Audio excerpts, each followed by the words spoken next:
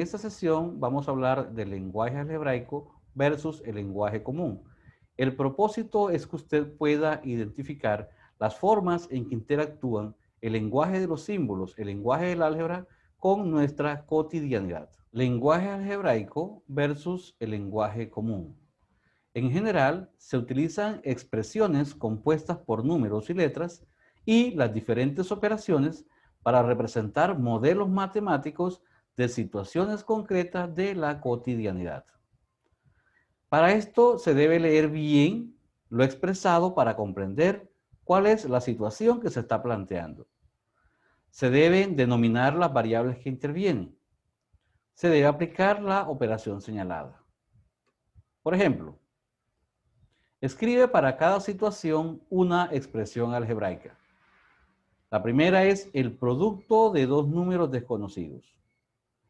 Vamos a considerar los números x y y como no los conocemos, entonces llamemos x y y. El producto entre estos dos números se representa como la multiplicación entre x y y, es decir, xy.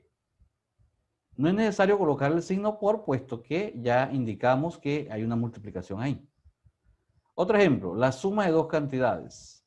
No conozco cuáles son las dos cantidades, por lo tanto, consideramos que esas dos cantidades son A y B.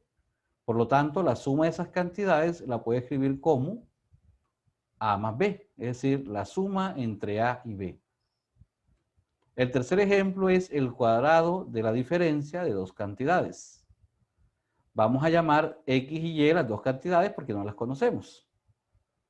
De tal manera que su diferencia va a ser X menos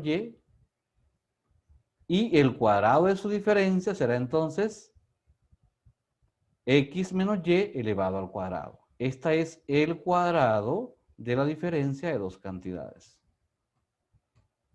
Otro ejemplo. El incremento en 5,000 pesos del precio de un artículo. Llamemos X el precio del artículo porque es el elemento desconocido. Entonces, un incremento de 5,000 pesos en este precio lo representamos así. X más 5,000. El precio del artículo, que es X, más el incremento, que es 5,000. Otro ejemplo, el capital de Juan es el triple del capital de Pedro. Como no conocemos los capitales, llamemos X el capital de Pedro e Y el capital de Juan.